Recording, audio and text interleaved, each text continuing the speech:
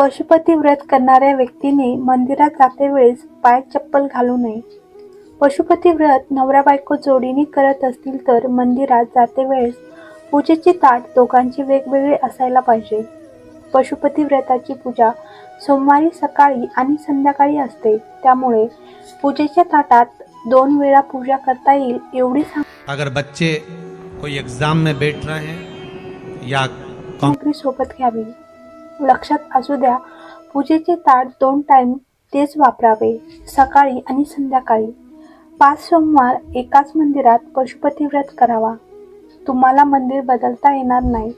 जर तुम्ही किरायाने राहत असाल तर पशुपती व्रत सुरू असताना तुम्ही दुसरीकडे रूम बदलू शकत नाही. पशुपती व्रत करते वेळेस जर सोमवारी एकादशी आली तर तुम्ही सोमवारी पशुपती व्रत करू नये. फक्त एकादशी करावी आणि 1 सोमवार जास्त करावा. पशुपती व्रत करते वेळेस जर मासिक पाळी आली तर त्या दिवशी फक्त उपवास करावा. मंदिरात जाऊन पूजा करू नये व 1 सोमवार जास्त करावा. पूजा करते वेळेस श्री शिवाय नमस्तुभ्यं ह्या मंत्राचा जप करावा.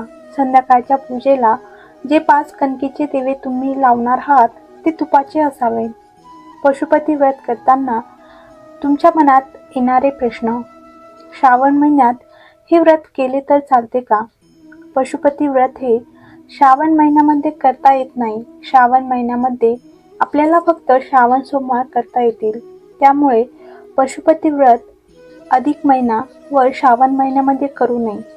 पशुपती व्रत करताना नॉनव्हेज पूर्ण बंद करावे लागते का? पशुपती व्रत करते वेळेस तुम्हाला संपूर्णपणे नॉनव्हेज बंद करावे लागते. पशुपती व्रत सुरू केल्यापासून ते उद्यापन होईपर्यंत तुम्हाला नॉनव्हेज खाता येणार नाही व आपल्या घरामध्ये पण नॉनव्हेज बनवता येणार नाही. जसे आपण श्रावण महिन्यामध्ये आपल्या घरामध्ये नॉनव्हेज बनवत नाही, तसेच पशुपती व्रत सुरू केल्यानंतरही उद्यापन होईपर्यंत नॉनव्हेज खाण्यास व घरामध्ये बनवण्यास टाळावे. पूजा करताना कोणत्या दिशेने चेहरा करून बसावे?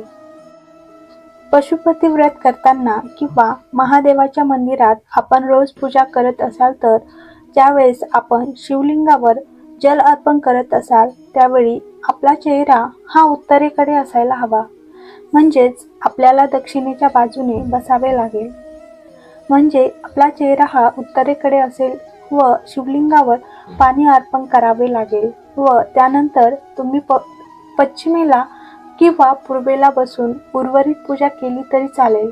कारण पशुपती व्रत हा आपण आपल्या इच्छा व आकांक्षा पूर्ण होण्यासाठी महादेवाकडे मागणी करत असतो. त्यामुळे पूजा तुम्ही कुठेही बसून करू शकता, परंतु पाणी अर्पण करताना दक्षिणेकडे बसून आपले मुख उत्तरेकडे असणे गरजेचे आहे. त्याने आपल्या मनातील इच्छा व आकांक्षा देवाधिदेव महादेव पूर्ण करतील. परंतु प्रत्येक मंदिरामध्ये खूप गर्दी आपल्याला पाहायला मिळत आहे. त्यामुळे जर जागा मिळाली तर दक्षिणेला बसून पाणी अर्पण करावे. जर जागा मिळाली नाही तर जिथे जागा मिळेल तिथे बसून तुम्ही पूजा करून घ्यावी. घरात असलेल्या शिवलिंगाची पूजा केली तर चालते का? पशुपती व्रत करते वेळेस आपल्याला घरातील शिवलिंगाची पूजा करून हा व्रत करता येणार नाही. कारण मंदिरातील शिवलिंग हा स्थापित केलेला असतो.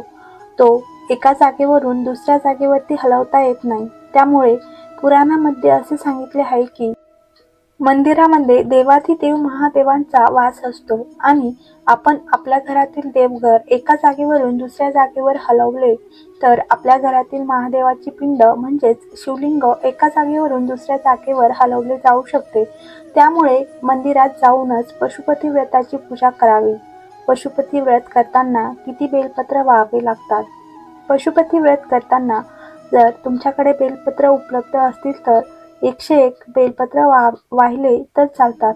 जर नसतील तर आपल्याकडे जेवढे उपलब्ध असतील तेवढे तुम्ही अर्पण करू शकता. पण लक्षात असू द्या, सकाळच्या पूजेला जेवढे अर्पण केले तेवढेच संध्याकाळच्या पूजेला पण करावे लागतील. घरी आणलेल्या दिव्याचे काय करावे? जो एक दिवा आपण मंदिरातून घरी घेऊन येणार आहात तो मुख्य द्वाराच्या उजव्या बाजूस प्रज्वलित करावा लागतो. तो दिवा मावळल्यानंतर त्या दिव्याला तुम्ही गाईला चारू शकता किंवा तो पाण्यामध्ये सोडू शकता. आरती करताना 5 दिवे उचलून ती ताटात ठेवून करावी का? मंदिरात घेऊन गेलेले 5 दिवे हे आपल्याला शिवलिंगाच्या समोर एका पेपरवरती ठेवून प्रज्वलित करावे लागतात. ते दिवे उचलून ताटात ठेवून कधीही पूजा करू नये. पूजेच्या ताटामध्ये जी आरती आपण घेऊन गेला आहात त्या आरतीनेच आरती करावी. नैवेद्यामध्ये मीठ असेल तर चालते का? पशुपतीनाथ व्रत करतेवेळी जो नैवेद्य आपण बनवणार आहात त्यामध्ये मीठ चालणार नाही. नैवेद्य हा कधीही गोड असावा. त्यामुळे कृपया करून नैवेद्य बनवते वेळेस मिठाचा वापर करू नये. शेवटच्या सोमवारी उद्यापनाच्या वेळी 6 दिवे व गोड नैवेद्य पण न्यायचा का? पशुपती व्रत उद्यापन करताना शेवटच्या सोमवारी आपल्याला 6 दिवे आणि नैवेद्य घेऊन जावा लागेल. कारण पशुपती व्रत हा 5 सोमवाराचा असतो. त्यामुळे उद्यापना दिवशी सुद्धा इतर 4 सोमवारी जशी पूजा केली तशीच करून उद्यापन करावे लागते. उद्यापनाच्या दिवशी एकादशी आली तर काय करावे? उद्यापनाच्या दिवशी जर एकादशी आली असेल तर त्या दिवशी आपण पशुपतीनाथ यांचा उपवास करू शकता, परंतु उद्यापन करता येणार नाही आणि तो सोमवारही पशुपती व्रतामध्ये पकडला जाणार नाही. पशुपतीनाथ व्रत म्हणजे काय? पशुपतीनाथ व्रताचा महिमा अतिशय शक्तिशाली आणि अद्भुत आहे. जर तुम्ही हे व्रत मनापासून आणि श्रद्धेने केलात तर तुम्हाला अनेक आजारांपासून किंवा अनेक अडचणींपासून होणारा त्रास हे व्रत केल्याने दूर होऊ शकतात. पशुपती व्रतात काय खावं? फळ खाऊ शकता व चहा पिऊ शकता.